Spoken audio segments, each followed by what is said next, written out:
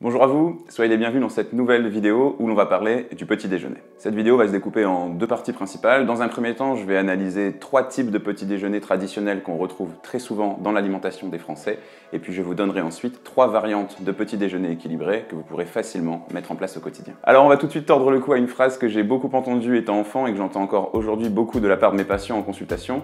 Le petit déjeuner n'est pas le repas le plus important de la journée. D'ailleurs, vous verrez à la fin de cette vidéo que vous pouvez tout à fait manger équilibré en vous passant de petit déjeuner si vous n'avez pas faim au réveil. Alors certes, c'est pas le repas le plus important de la journée, mais c'est quand même relativement essentiel de bien faire attention à ce que vous mangez le matin, tout simplement parce que c'est la première fois que vous mangez de la journée, donc c'est la première prise de carburant, on va dire, de la journée. Et en plus, vous allez voir que les petits déjeuners traditionnels sont parfois très sucrés et à eux seuls peuvent déséquilibrer toute votre alimentation. Alors pour commencer, je suis parti du petit déjeuner traditionnel en France, celui que je rencontre le plus souvent en consultation et qui se compose des éléments suivants. Dans un premier temps, du pain, baguette, tartiné, souvent de beurre ou de margarine et de confiture, accompagné d'un jus d'orange et d'un café avec un carré de sucre. Alors bien sûr, je vais le comparer avec d'autres petits déjeuners, puis je vais essayer de l'améliorer un tout petit peu, mais avant d'aller plus loin, j'aimerais que vous regardiez un petit peu cette composition et qu'on s'attarde ensemble sur la quantité de sucre de ce petit déjeuner. Vous voyez qu'on est à une quantité de sucre de presque 30 grammes, 28,6 grammes pour ce modèle traditionnel de petit déjeuner, ce qui est énorme. C'est énorme parce que l'OMS, l'Organisation mondiale de la santé, recommande de ne pas dépasser 50 grammes de sucre par jour, dont 25 grammes de sucre rapide, de sucre blanc, de sucre industriel. Et rien qu'avec ce petit déjeuner traditionnel, on est au-dessus de cette recommandation, ce qui veut dire que tous les sucres qui seront consommés sur le reste de la journée seront en trop et vont venir déséquilibrer votre alimentation. Alors comme ce n'est pas forcément votre modèle de petit déjeuner traditionnel, je suis allé un petit peu plus loin et j'ai rajouté deux variantes du petit déjeuner que je retrouve très souvent en consultation. Dans la première variante, j'ai remplacé le pain tartiné par un bol de céréales muesli et dans la seconde variante, par un croissant et demi, consommé toujours avec ce café et ce petit carré de sucre dans les deux cas. J'aurais pu mettre des céréales pour enfants normales, mais j'ai préféré mettre des muesli parce qu'en général, mes patients arrivent en consultation en pensant que c'est la version la plus saine possible des céréales qu'on peut retrouver en grande surface. Vous voyez tout d'abord que la version avec le muesli n'est pas du tout une solution, puisque là, on explose littéralement les compteurs de sucre. On est bien au-delà des 25 grammes de sucre industriel par jour, puisqu'on est rien qu'avec ce petit déjeuner à 46 grammes de sucre, ce qui est énorme. Pour la version avec croissant, c'est toujours le même problème, on a énormément de sucre. Vous voyez ici qu'on est à peu près 30 grammes de sucre, et à côté de ça viennent s'ajouter 16 grammes de graisse, dont 10,5 de graisse saturée, ça veut dire de mauvais gras. Donc finalement, vous voyez que ces deux versions de petit déjeuner sont au moins aussi déséquilibrées que la première. On est à peu près à la moitié de la vidéo, donc avant de vous présenter les trois versions de petit déjeuner équilibrés que je pense être les meilleures pour vous, je vous invite rapidement à vous abonner à la chaîne si ce n'est pas encore fait. C'est le meilleur moyen de ne rater aucune des vidéos qui vont sortir et de soutenir ce que je fais sur YouTube. Sans chercher à révolutionner le petit déjeuner traditionnel français, on va ici changer trois petites choses dans le petit-déj et voir un petit peu ce que ça donne d'un point de vue nutritionnel. Dans un premier temps, on remplace le pain blanc type baguette par du pain à la farine complète, ça veut dire du pain complet, du pain sec, du pain viking, du pain nordique. Il en existe de nombreuses variétés dans toutes les boulangeries. On va conserver le fait de tartiner ce pain, on va garder la confiture, mais comme je vous le disais, moi j'ai souvent des patients qui tartinent à la margarine. Moi, je vais plutôt vous conseiller de tartiner au beurre, au bon vieux beurre comme on a toujours su le faire. Ce sera une version plus intéressante d'un point de vue nutritionnel et souvent plus intéressante au niveau gustatif aussi. Dans un second temps, on remplace le jus d'orange par un fruit de saison frais. Et enfin, on ajoute une petite poignée de fruits secs, d'une dizaine de grammes à ce petit déjeuner. Ici, j'ai pris pour exemple des amandes, mais ça pourrait être des noix, des noisettes, des noix de cajou ou encore des cacahuètes. Et donc, voici ce que ça donne d'un point de vue nutritionnel. Alors, au niveau des calories, vous voyez que c'est à peu près la même chose. Ma version de petit déjeuner est même un tout petit peu moins calorique. Mais comme je le dis souvent, c'est pas forcément la quantité de calories qui est importante, c'est surtout la qualité des calories, c'est-à-dire voir de quoi ces calories sont composées.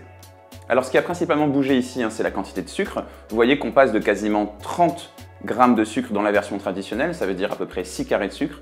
Ici, on est plutôt sur 12,5 grammes de sucre, ça veut dire 2 carrés de sucre et demi. Ça veut dire qu'on a divisé par plus de 2 fois et demi la quantité de sucre de ce petit déjeuner. En plus de ça, la quasi-totalité des sucres de la version équilibrée sont des sucres naturels, donc des sucres de bonne qualité, alors que les 30 grammes de sucre du petit déjeuner traditionnel sont des sucres industriels, donc des sucres nettement moins intéressants pour votre santé. Le deuxième élément qui nous intéresse particulièrement ici, c'est la quantité de fibres. Dans la version équilibrée, on a 6 grammes de fibres, alors que dans la version précédente, on a à peine plus de 2 grammes avec 2,3 grammes de fibres. Ça veut dire qu'on multiplie par plus de 2 la quantité de fibres du petit déjeuner. Et ça fait clairement la différence, parce que c'est cette quantité de fibres qui va vous assurer d'être bien calé entre les différents repas. Donc avec la version équilibrée de petit déjeuner, c'est sûr que vous allez tenir toute la matinée, alors que la version traditionnelle engendrera une faim précoce dans la matinée, ça veut dire que vous ne tiendrez pas jusqu'au repas du midi. En plus de ça, les fibres régulent la fabrication du cholestérol et limitent l'absorption du sucre. Elles vous aident donc à manger plus équilibré au quotidien. Pour finir, on note qu'il y a plus de gras dans ma version, il y a plus de lipides, il y a plus de graisse, puisqu'on passe de environ 5,2 g à 10,4 g. Par contre, si on regarde les graisses de mauvaise qualité, ça veut dire les graisses saturées, on se rend compte que l'on reste aux alentours de 3 g de graisses saturées pour ces deux modèles de petit déjeuner.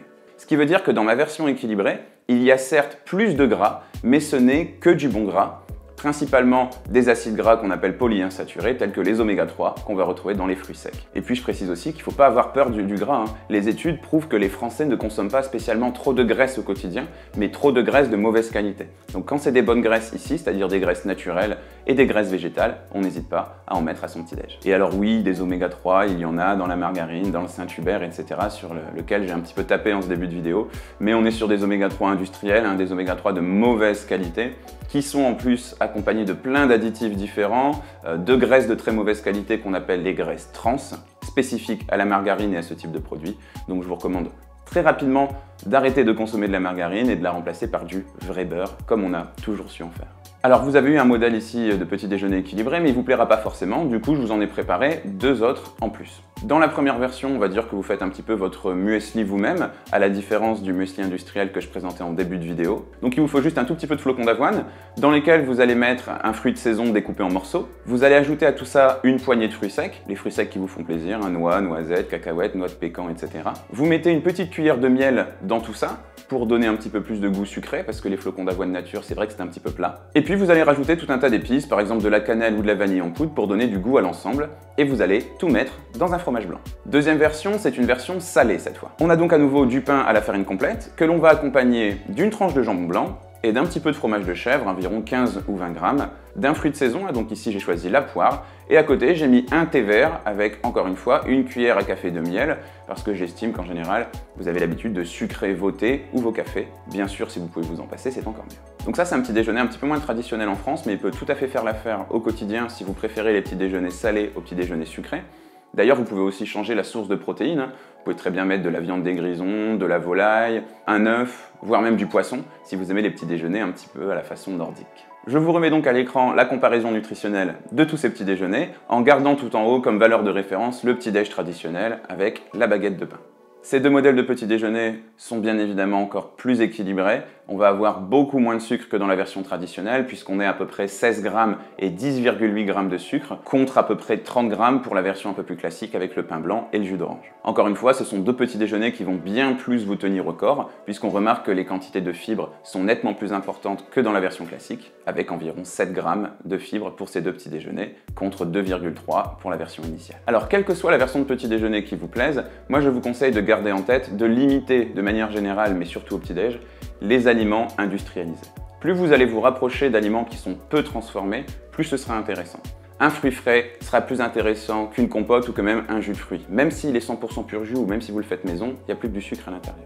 Du pain avec une farine complète sera toujours plus intéressant que du pain avec une farine blanche, ça veut dire une farine très raffinée. Au même titre que le beurre sera toujours plus intéressant que de la margarine, ou encore qu'une cuillère à café de miel sera toujours plus intéressante qu'un carré de sucre pour sucrer vos thés ou vos cafés. Je terminerai très rapidement en précisant que si vous n'avez pas faim le matin, par exemple parce que vous vous réveillez très tôt, je vous conseille de ne surtout pas vous forcer à prendre un petit déjeuner, Il ne faut jamais se forcer à manger. Donc si vous n'avez pas faim au réveil, vous pouvez tout à fait partir au travail le ventre vide. Par contre, je vous conseille fortement de prendre une petite collation aux alentours de 9h, 9h30, par exemple en mangeant un fruit de saison accompagné d'une poignée de fruits secs. Je précise aussi que les modèles de petit déjeuner ici correspondent à une alimentation globalement équilibrée, mais ne correspondent pas forcément à des modèles alimentaires un peu particuliers. Par exemple, je n'ai pas pris en compte l'alimentation sans gluten ou l'alimentation végane, ou encore certaines personnes qui font des régimes keto par exemple. Par contre, si vous cherchez à manger équilibré et que vous n'avez pas une alimentation particulière, je vous garantis que ces trois modèles de petit déjeuner feront complètement l'affaire pour vous permettre de manger sainement. Bien, j'espère que cette vidéo vous aura été utile.